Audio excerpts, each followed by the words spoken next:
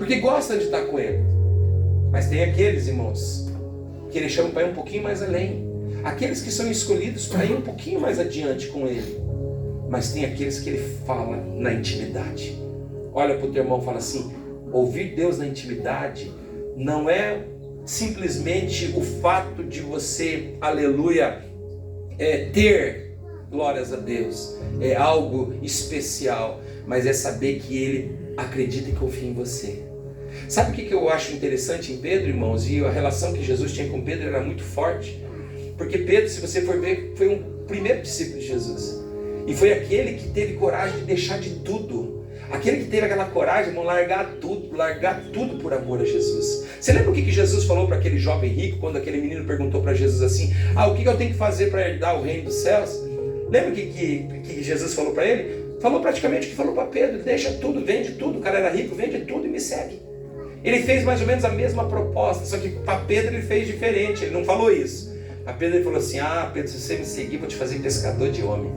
Pedro olhou assim: agora, larga a rede, larga barco, larga empresa. O cara tinha 2 barcos, irmão, empresário. Estava com uma carga cheia, ele podia falar assim: Senhor, deixa eu pelo menos pagar minhas contas e vender essa carga aqui. Depois que eu vendo essa carga aqui, eu te sigo, né? Eu te sigo. Sabe, eu vejo assim as maravilhas dos homens de Deus, irmãos. Aqueles que tiveram relevância no ministério foram aqueles homens que tiveram coragem de fazer tudo. Amém? Quem lembra de Eliseu? Quando Elias lança a capa sobre Eliseu, irmãos, eu acho aquilo maravilhoso. Quando Elias lança a capa, a palavra do Senhor diz que Eliseu estava arando com 12 juntas, ele era a 12ª, ele estava lá arando, irmãos. E quando Elias colocou a capa sobre ele, o que significava aquilo? Olha, você vai ser meu sucessor, você vai ser meu discípulo. Sabe, irmãos, Eliseu falou assim: me dá 1 minuto só, que eu preciso fazer um negócio. Ele não foi lá, irmãos, despedir, fazer nada, irmão. Ele foi lá, tacou fogo naquele troço tudo lá, queimou, matou os bois, e com os arados ali, os negócios do arado, ele fez uma fogueira, fez um sacrifício, deu de comer para todo mundo e tchau. Sabe o que isso significa, irmão? Eu vou queimar aquilo que pode me fazer voltar para trás. Aleluia. Aleluia. Porque se me der alguma coisa lá na frente e você ficar com alguma coisa que você guardou lá atrás, você volta lá atrás e voltará de novo. Você podia falar assim: não, eu vou guardar os boizinhos lá, cuida dos meus boi aqui, qualquer coisa, os boi é teu, mas cuida aí. Deixa eu guardar aqui os arados aqui, deixa guardadinho aqui, qualquer coisa, eu volto a arar. Se não der certo servir a Jesus, eu volto a arar, né? Eu volto a arar. Irmão, ele tacou fogo em tudo, sabe o que ele queria dizer? Eu não quero mais essa vida. Aleluia. Eu não quero mais viver o que eu vivi até aqui.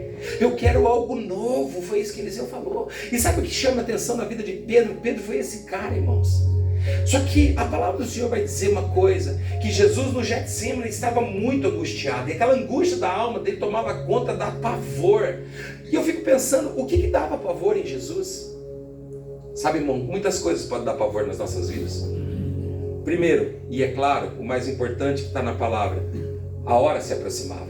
Jesus sabia que o fim estava próximo.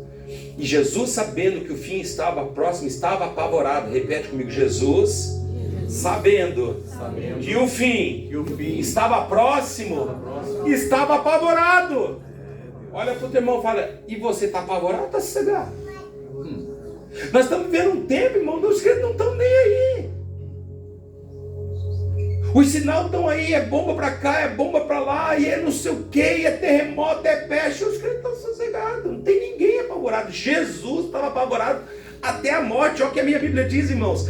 Olha o que ele fala assim, ó.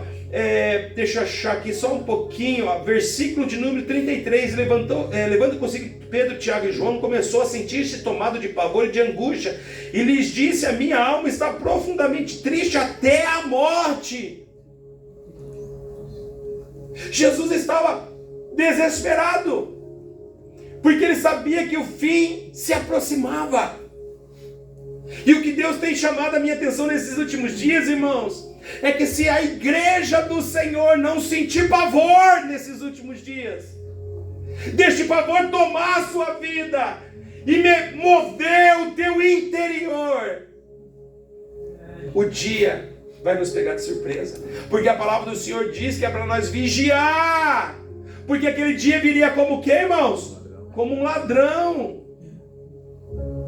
Mas quando eu olho para o tempo que está acontecendo é que é tanta coisa que nós temos e tantas situações que aquilo que verdadeiramente importa está ficando de lado. Então quando Jesus fala para os seus discípulos, ó, você fica aqui que eu vou orar, ele vai, ora, volta, pega dormindo, dá um chacoalho nele, ei, vigia, ora, vai, ora de novo, ora a mesma palavra, Senhor, se possível dá um tempinho, se der um tempinho a mais, amém, mas não seja feita a minha vontade, se conseguir dar mais uns dias para mim aí. Ou quem sabe em outro momento, não no momento da minha angústia. Sabe o que eu fico pensando, irmãos? Jesus já vinha de situações. Quem lembra do texto de Santa Ceia? Irmãos, o texto de Santa Ceia para mim é muito angustiante. Porque a palavra do Senhor começa dizendo assim: e na noite em que foi traído, tomou o pão. Ô irmão, a Santa Ceia. Imagine você casado com a tua mulher, com o teu marido. Na noite que teu marido, a tua mulher te traiu, você pega o pão e dá glória a Deus. Amém? O sangue de Jesus tem poder, irmão. O sangue de Jesus tem poder. Isso é meio que inadmissível, mas a gente lê o texto como se fosse um texto nada a ver. Ah, não. Minha mulher me traiu, meu marido me traiu, não tem problema. É angustiante essa palavra.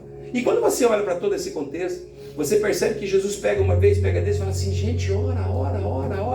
Mas sabe o que Jesus estava falando para Pedro? E ele chamou especificamente Pedro, sabe por quê? Porque ele sabia uma das coisas de Pedro, ele era muito instável. E ele falou assim: Pedro, vigia, Pedro, ora, para que você não caia em... Olha, o teu irmão fala assim: uma das principais funções da oração é não permitir que você caia em tentação. Porque o inimigo tem muitas caras, muitas formas, e sempre de alguma maneira ele vai tentar nos afastar daquilo que é o principal, que é Jesus. E eu sempre falo assim que tentação, irmãos, não é somente você, sei lá, desejar alguma coisa, não. Tentação é tudo aquilo que pode te afastar da presença de Deus. Nós caímos em tentações todos os dias, somos tentados a deixar Jesus, somos tentados a não encarar os processos, somos tentados a não encarar os projetos, somos tentados a não viver o sobrenatural de Deus, somos tentados a viver coisas dessa terra que Deus não quer. O Espírito Santo está nos levando e nos conduzindo para a vida eterna, mas Satanás quer nos conduzir por um caminho que não nos dá a vida eterna. Mas eu sempre falo assim, irmãos, o caminho que conduz à vida eterna, Jesus já falou, a porta é estreita, o caminho é apertado, mas o caminho que conduz para a morte, ele é largo. Pode notar, qual que era o caminho que conduzia a vida eterna para Jesus? O Espírito Santo levou Jesus para onde? Para o deserto, para ser tentado pelo diabo. No deserto, o diabo queria tirar Jesus, oferecendo para ele: ó, te dou todas as riquezas, dou todas as bênçãos, dou tudo isso, dou tudo aquilo. Como é que é o caminho que ele ofertou para Jesus? É maravilhoso. E o engano desses dias é qualquer coisa que te livre. Eu sempre falo assim: quer resolver os teus problemas rapidinho, irmãos? É simples, deixa Jesus. Nega ele, fala: não aceito, não quero mais ser Jesus. Acabou. Pronto, teus problemas se resolvem na hora. Abandona Jesus, a tua vida resolve. Você vai falar assim: mas não, pastor, eu quero. Mas irmão, querer Jesus e não ser provado não combina. Ok? Grava isso no teu coração. Querer servir Jesus e não ser provado não combina. Não combina. E quando eu olho para esse texto, quando Jesus ele está angustiado, ele vai uma, ele vai duas, ele vai três, e quando ele chega na terceira vez, o que acontece, irmãos? Ele encontra ele novamente dormindo. Jesus fala: basta. Repete comigo, fala: basta. Basta. Irmãos, até para Deus tem um basta. Até para Deus tem um basta. Jesus vai até um ponto, Jesus vai até um momento, ele vai até um ponto, até a hora que ele fala o quê, irmãos? Basta, chega. Mas sabe o que eu acho mais interessante? Porque isso não tinha nada a ver somente com Jesus. É claro que Jesus estava orando, é claro que Jesus estava pedindo para que seus discípulos intercedessem para que aquela cena mudasse. Mas quando Jesus vê que ele estava lutando, o que, irmãos? Sozinho. É porque quanto mais sozinho a gente fica, mais está chegando o tempo das coisas apertarem. Pode notar, irmãos, cada dia, cada ano que se passa, parece que o povo de Deus vai encolhendo, mais sozinho vai ficando. E quanto mais sozinho é Jesus olhando, até a hora que ele falar o quê? Basta, basta. E o versículo de número 41, glórias a Deus, diz assim: basta, chegou a hora. Que hora que chegou? A hora que ele estava, agora. repetindo na oração. Há 1 hora atrás, literalmente, o que Jesus estava falando? Pai, dá um tempo, dá um tempo, dá um tempo, dá um tempo. E sabe o que eu fico achando interessante nesse texto, irmãos?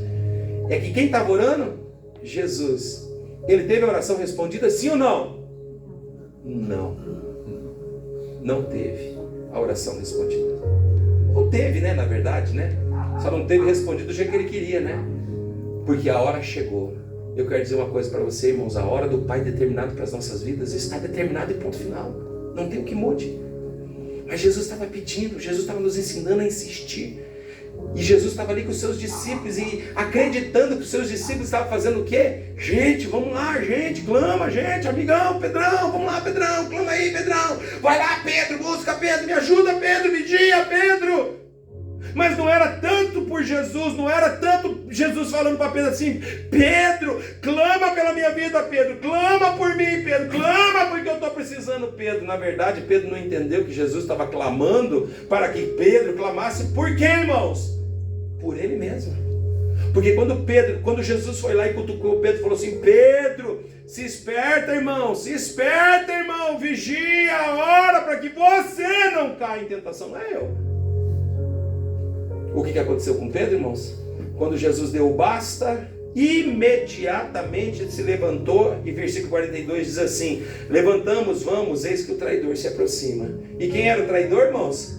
Judas. Aonde que eles estavam? No Getsemane. Quando Jesus orou, levantou, quem chegou, irmão? O Judas. E Judas era o que, irmãos? Um dos três. Olha para mim e fala, tem discípulo? Tem discípulo, tem discípulo e tem discípulo.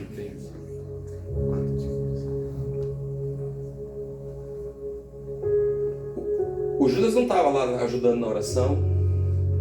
O Judas não foi um pouquinho mais para frente, né? O Judas não foi, aleluia, aqueles que foi junto, né, no caso, e que Jesus conversou com ele. Judas era um tipo de discípulo, irmãos, que era perigoso. Era um tipo de discípulo perigoso. O teu irmão fala, tem uns tipos de discípulo que só pelo sangue. Tem uns tipos de discípulo que é difícil. E aquele discípulo chegou. E quando aquele discípulo chegou, ele passou a senha. Aquele que eu der um beijinho é aquele que vai, vocês podem prender. E Judas chegou em Jesus e fez o que com Jesus, irmãos? Deu um beijo em Jesus. Terrível isso, né? Terrível isso. Só que, sabe o que eu acho mais interessante de todas essas histórias, irmãos? É que tudo aquilo poderia ter feito uma diferença muito grande na vida de muitas pessoas. Mas você não nota que quando Jesus estava orando, porque o sinal de que tudo aquilo se manifestaria era na vida de quem, irmãos? Era porque o traidor estava se apresentando, estava chegando, amém, irmãos? Jesus estava angustiado por causa de quê, irmãos? Porque a hora estava chegando. E para a hora chegar, precisava do quê, irmãos? De um sinal. E qual era o sinal? A traição. A traição. Aquela era a hora, aquele era o momento. E quando Jesus falou, basta, chegou a hora do Filho do Homem ser entregue nas mãos dos pecadores. E quando Jesus foi traído por Judas, Judas coloca Jesus na mão dos pecadores. Olha para o teu irmão e fala assim, sabe quem coloca Jesus no problema, irmãos? Somos nós. É nós que colocamos muitas vezes Jesus na situação.